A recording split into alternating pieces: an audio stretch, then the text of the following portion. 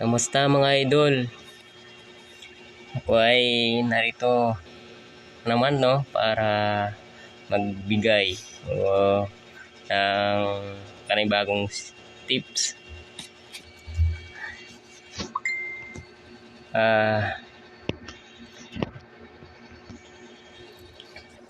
Ang tips natin ngayon ay tungkol sa paano ba paano ba maging laging solo sa Divine War sa TH, no? Gaya nito. Bali, kung makikita nyo, wala tayong kalaban.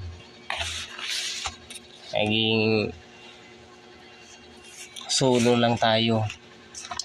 Bali, malaking advantage to guys sa mga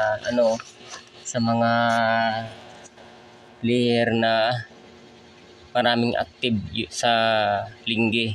Kasi pag maraming active sa linggi, mahirap tayo makapag-ipon ng dayas, lalo na sa mga ganitong event sa TH, yung Divine War.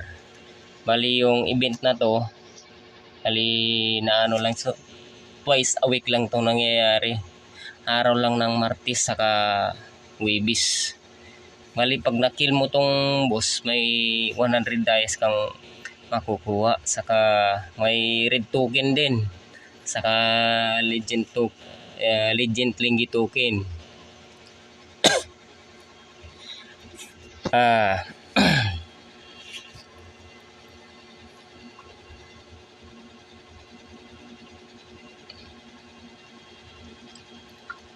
Ayun.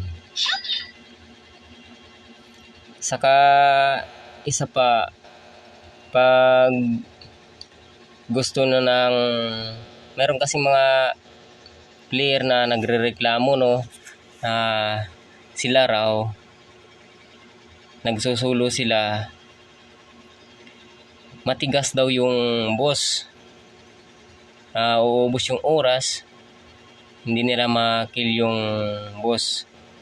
Ang tips dyan ay mag-solo linggi ka, kailangan mo lang ng 4 na member, tapos pang 5 sa'yo, para yung BR ng linggi mo mababa lang. Pag mababa kasi yung BR ng linggi mo, ay malambot lang yung boss, kaya mo mag-isa i-kill yung 3. Pero pag marami kang member, kahit hindi siya active, mataas yung BR ng linggi mo, makunat yung boss. Matapos yung war, di mo talaga makikil yan. So malaking malaking advantage po to sa mga gustong mag-ipon ng maaga ng dayas. Bali, makukuha dito na dayas sa pag-kill ng boss, bali 300 na, plus 3 red linggi token, tapos plus 9 pieces na legend linggi token.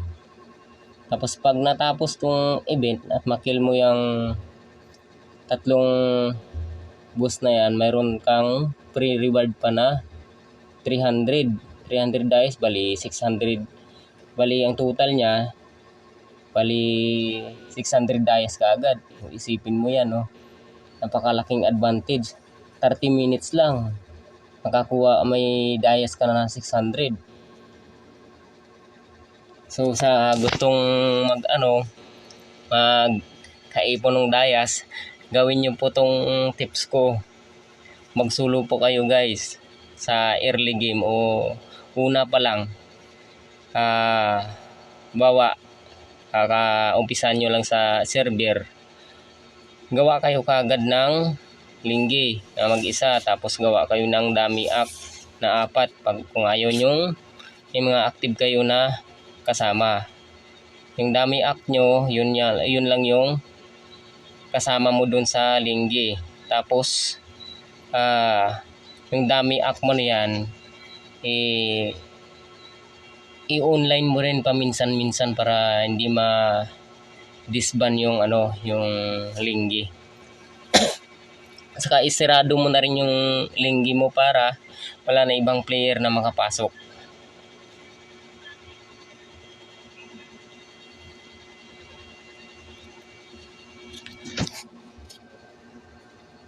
Ayan o.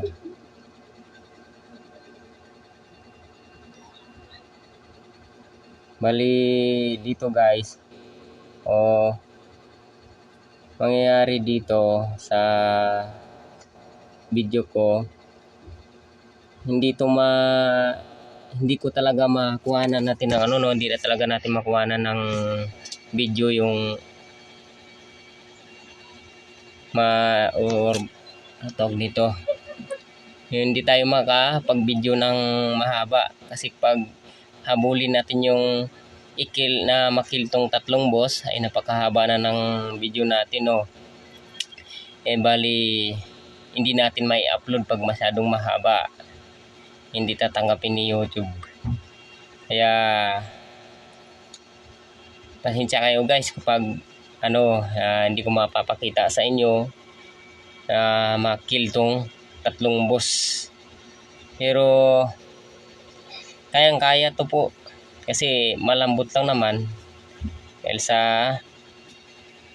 solo linggi lang kasi ako, saka mababa yung BR. Lagi ko naman po to na tatapos yung yung 3 boss, nakikil ko siya. Bali nakikil ko tong 3 boss pero yung supreme chase lang yun lang yung hindi ko nakukuha. Bali nag chat na tong isa yung bali Pinoy din po to mga guys, itong si Kyutaka. Nagtanong siya sa akin kung solo daw ako sa TH.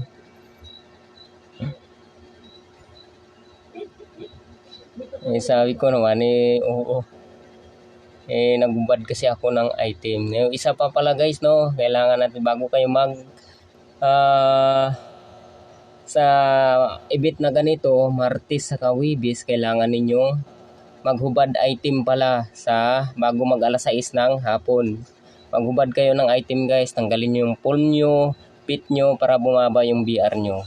Pag mababa yung BR nyo, may malaki ang tendency na wala kayong kalaban sa Divine War sa TH. Lagi kayong solo. Isa din po yan pala sa tips guys. Buti naalala ko. Tapos ang gagawin nyo pag nahubad kayo ng items after vampire na diba pagkatapos rain boss may vampire, pagkatapos ng vampire balik nyo po yung item ninyo para kung sakaling may kalaban man kayo alam ko pag may kalaban kayo mahihina lang pero mas bintang ibalik nyo yung item nyo after vampire lang talaga ibabalik. Ayos na po yun, pasok na po yun. Yan lang po mga idol.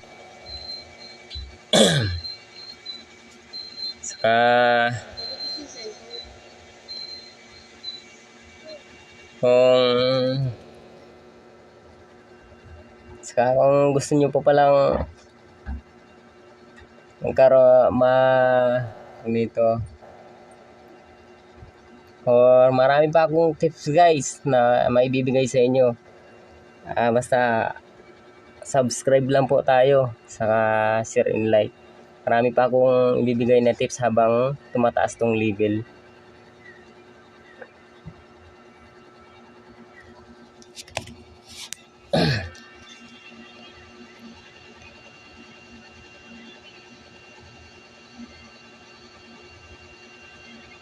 Bali makunat na tong kwan.